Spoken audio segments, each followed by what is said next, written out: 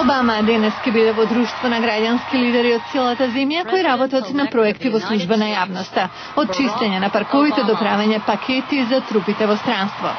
Сопругите на следните председател и подпредседател Мишел Обама и Џил Бајден ќе бидат домаќини на концерт со слободен блес за младите во чест на семејствата на припадници на армијата.